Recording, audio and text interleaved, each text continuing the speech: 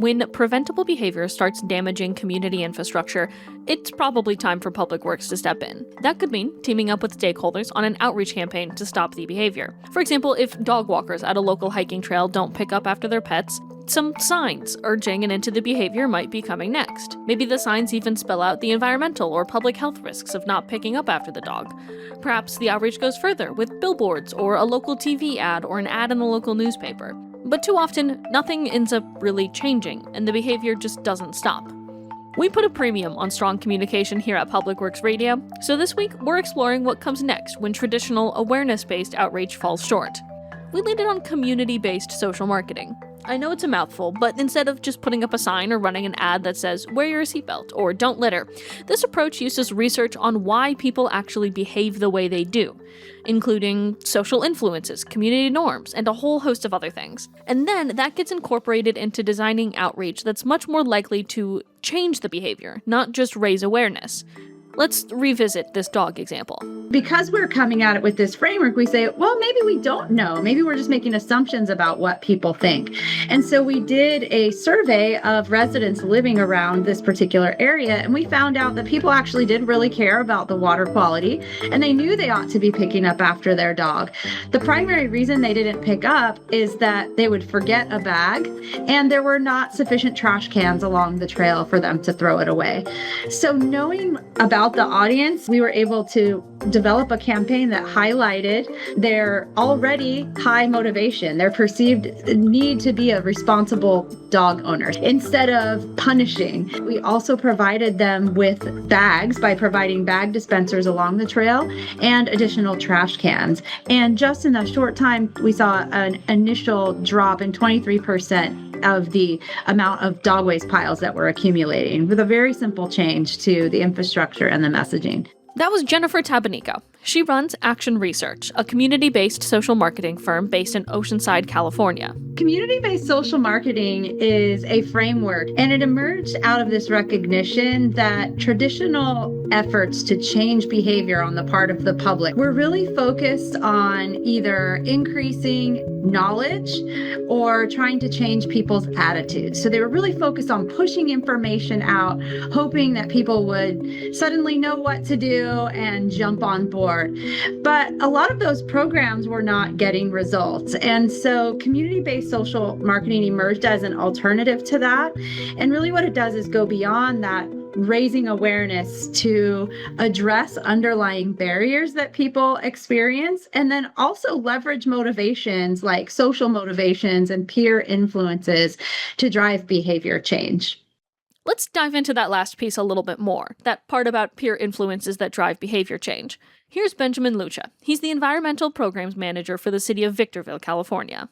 People, when they commit to something, especially when it's public-facing, they're more likely to go through with it than people who don't. And so we decided to test the waters with community-based social marketing. And what we did is we developed some stickers, and someone in our staff came up with these great stickers. And not only did she create these great stickers, but she actually made a digital forms of those stickers. People can text them to each other or post it on social media, etc. And the only way you could get the sticker is if you signed a pledge. And we were surprised to see the response. First of all, we were surprised that people got so excited over stickers. There were people who took it very seriously, where you would see couples looking at each other and saying, well, we do that, right? And the other one's like, yes, we do. And I remember once there was this young guy, and I'm assuming his girlfriend was there, and he signed it. And she looked at him and she said, you signed that? And his response was, yeah, I did. She's like, well, I better never see you litter again. And she said it really sternly. She even put her finger like in his chest, and he's like, of course not. I signed the pledge. That is the way to go, especially when you truly want to do behavior change. This is a great approach to do it. But this isn't just an overnight fix. It's a long game commitment. But with patience and buy-in from leadership, the return on investment is there. A very tough part of community-based social marketing is patience, and Public Works, we don't have a whole lot of patience. For lack of better terms, it's playing the long game. You're going to end up saving money later because you're spending the money where it needs to be spent versus just throwing money and hoping it lands where you want it to go. Welcome back to Public Works Radio, the official voice of the American Public Works Association. This week, we're talking about community-based social marketing, a broadly applicable framework used to tackle some of the most challenging issues facing the public, like water conservation, energy efficiency, and even human interaction with wildlife. I personally had never heard about this before Benjamin approached us, and I think this is genuinely so interesting. So let's not waste any more time, and let's dive in.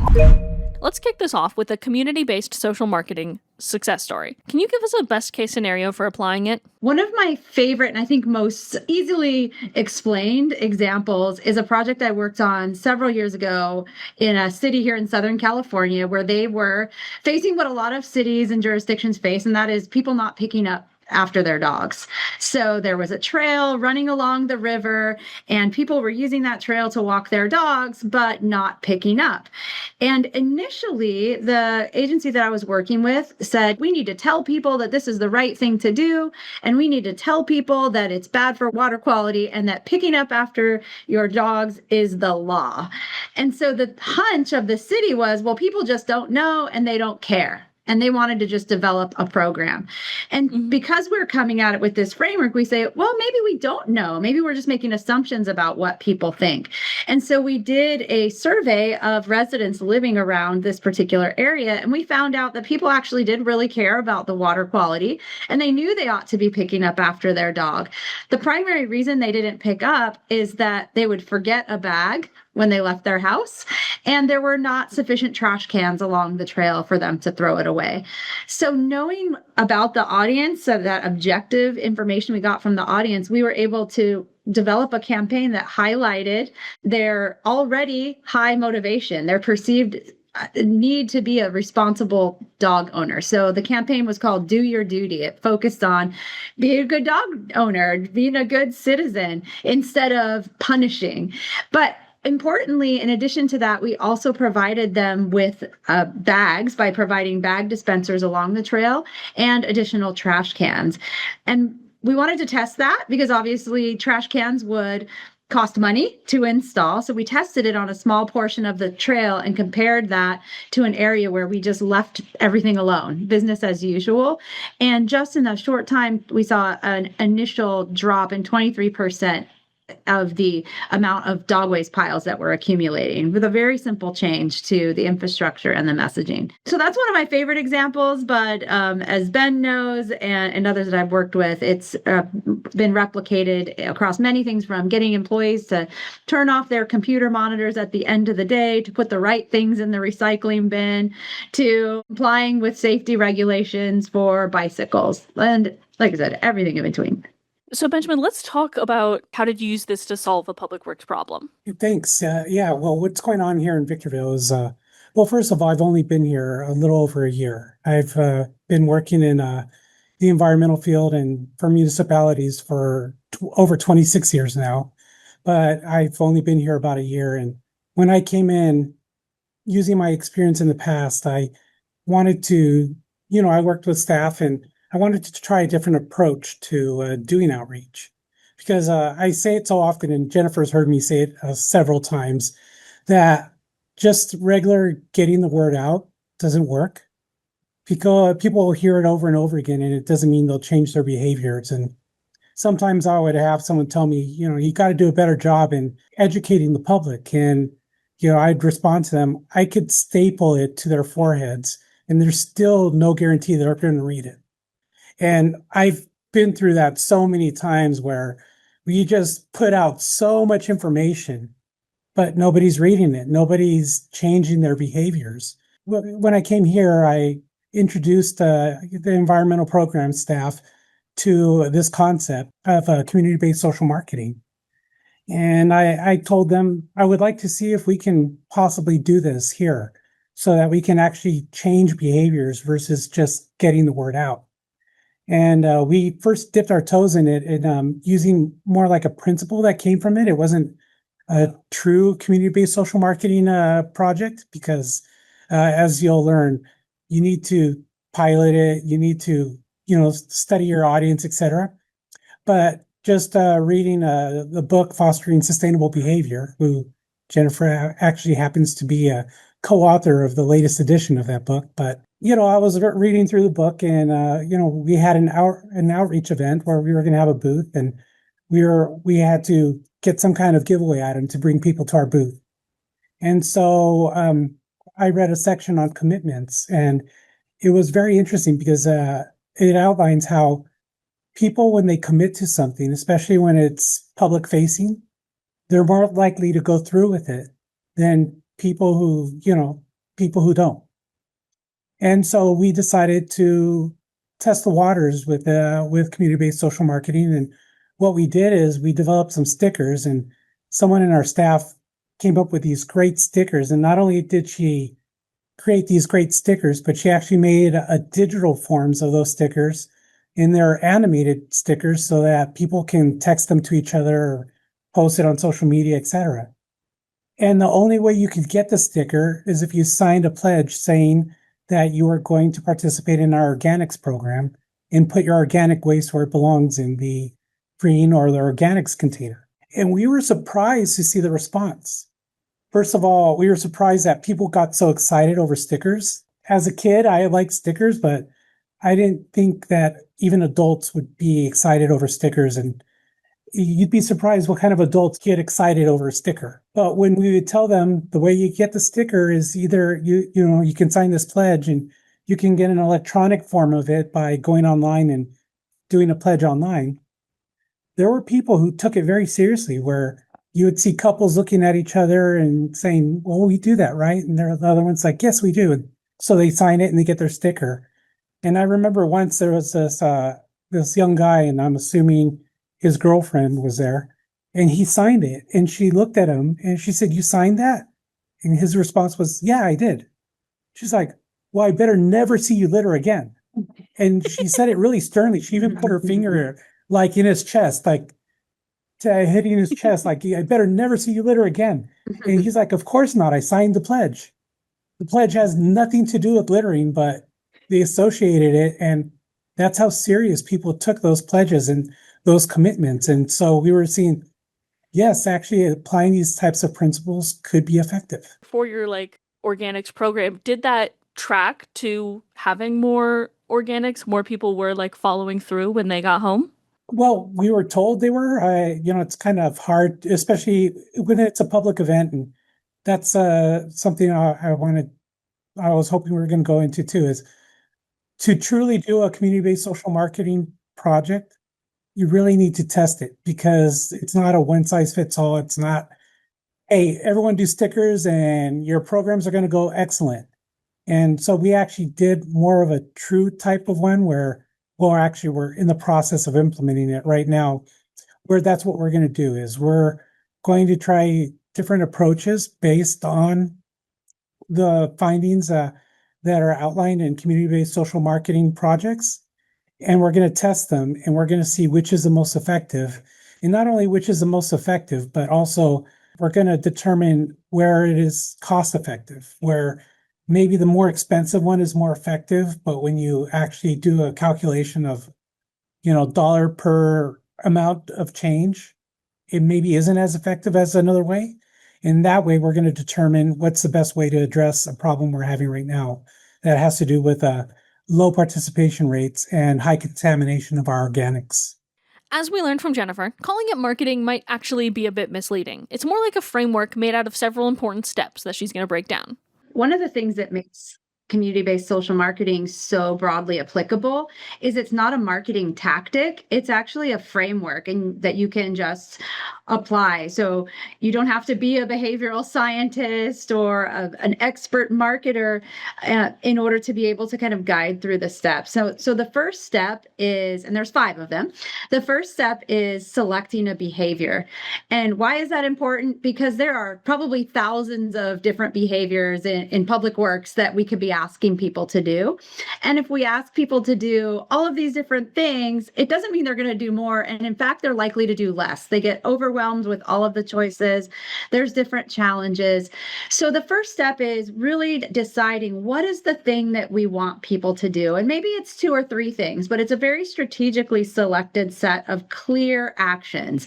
So it's not going to be something broad like recycle, but it's going to be something very specific, like put your food scraps in the green organics bin. Be very specific. And the second reason we focus on selecting behaviors is that barriers, that is the reasons people don't do it, differ at the level of individual behaviors. So the reason someone doesn't ride their bike to work is going to be different than the reason they wouldn't take the bus to work. And someone might recycle at work, but not recycle at home because the challenges are different at the level of those different actions. So the second thing we do is take those actions that we want to focus on and ask the audience, what makes it difficult for you to do this? Why aren't you participating? And, Ben talked about knowledge and telling people what to do. That's important. But knowing what to do and having a positive attitude about it are just two of the possible barriers.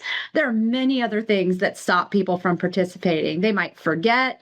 They might have an established habit of doing the opposite behavior.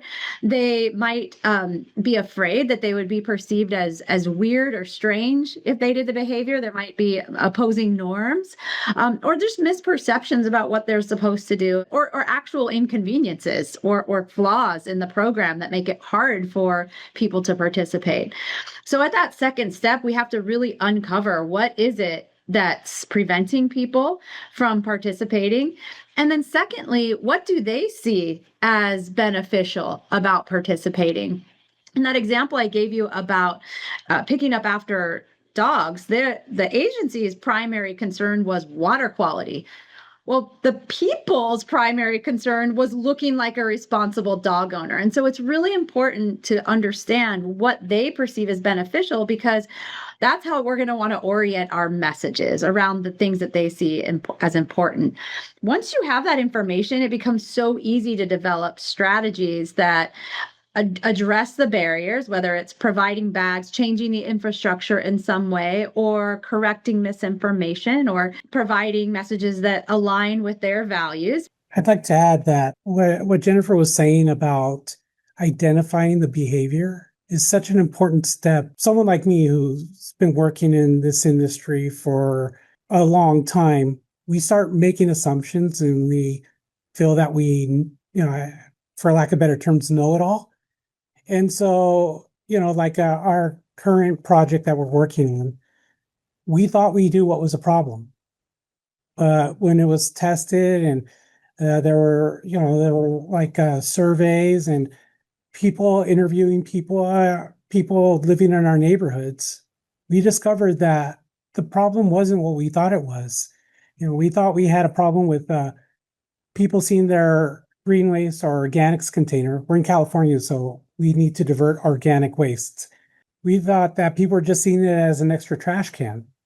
But really what was going on was that there was some confusion and people were making assumptions off of things that we've never said, where, for example, with us, there's like green waste, which is like lawn clippings, leaves, branches, etc.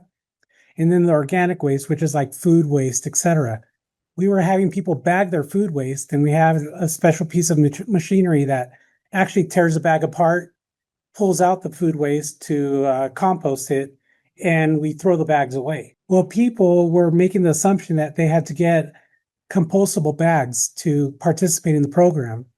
And so a lot of people were saying during their interviews and during the surveys that those bags are expensive or they're hard to find. And so that's why they're not doing it. And so we discovered, so that was a misconception, that people were just making this assumption, and we need to fix that misconception. Another thing is that we were always referring to it as, our recyclables or organic waste or green waste or trash. But a lot of people were saying, oh, no, I don't have an organics cart. And then they're like, well, you have a green cart, right? They're like, yeah, I have a green cart, but not an organics cart. Everyone refers to their waste stream by the color and not by the actual items that are going inside the container. So by doing these studies, we were discovering, there were issues that we never even knew we had with the participation in our programs. I had another example you just remind me of, Ben, a different context where this was focused on littering that was happening at skate parks. And the assumption was, these kids don't care. They don't know. that their trash is winding up in the ocean. And if they just knew that they're not going to be able to go to the beach and surf. And that was the assumption. And so using this process, we slow it down. Okay, what's really going on? Where's the litter coming from? What are they doing and why? And so we just did observations, just kind of unobtrusively watched what was going on at these skate parks. And what we found was none of the kids were throwing their trash on the ground. What was happening consistently is that these youth, young boys and girls, like 10 to 12 mostly, were they were eating their chips, drinking their water, they'd set their snacks down, they'd go and skate, and then mom or dad would show up to pick them up and they'd run off and forget and leave it behind. So the strategy then and became about reminding them to throw their trash away before they leave. We also learned through conversations with those skaters that they cared about keeping their park clean, not so that they could surf and keeping trash out of the ocean, but because it was a safety issue. If there's water bottles and trash in the skate bowl, that they could fall. And so all of the materials then were framed around keeping their park clean and that park pride, rather than punitive government authority saying, pick up your trash or else, you lazy teens, which wasn't going to do anything. So I think Ben's point of really challenging your assumptions and talking to the audience and hearing from their perspective what their challenges are is really just so valuable. And even though it adds a little bit of time, it saves you a ton on the back end because you're getting directly to the issues, often with a much more lean strategy than just throwing everything at the problem. What are some potential public works uses of community-based social marketing that you would like to see? Even if you haven't seen it before, what's one that you're this would be cool if somebody figured out a way to do X, Y, or Z, or to inspire X, Y, and Z behavior? I know for me, one that I would really love to see in the future, but it's just going to take a lot of coordination is we're located in the desert, and so we have a lot of open space surrounding our city. And as with I've learned with a lot of cities that have a lot of open space, you end up having an issue with illegal dumping because there's ample opportunities to do it. But the problem with illegal dumping is it's not very centralized. It's not like, oh, okay, everyone living in this area are the ones who are illegally dumping, so let's focus on them. It would be more of a regional approach where it would require extensive partnerships outside of your jurisdiction with a lot of people working together to make it happen. And so that's something I would love to see happen in the near future, where several communities work together to do a very large community-based social marketing approach towards addressing illegal dumping. Often we think of the solutions to these behavior change problems being either a technology fix, so we just create a gadget to fix it. So maybe an emergency notification app. So the streetlights are out, you use the app and it reports it, or you see an illegal dump site, you report it. And they create the app and then there you go. Well, using the app is a behavior and people need to engage in that behavior, and they may or may not for different reasons. What are you already doing where there might be a behavior hiding? And I would say that's the best fit for community-based social marketing. Somebody listens to this podcast, or they read the book, or they read about it online, and they want to be able to start implementing parts of it at their agency. How do you think the average public worker should go about getting buy-in from leadership or from their team?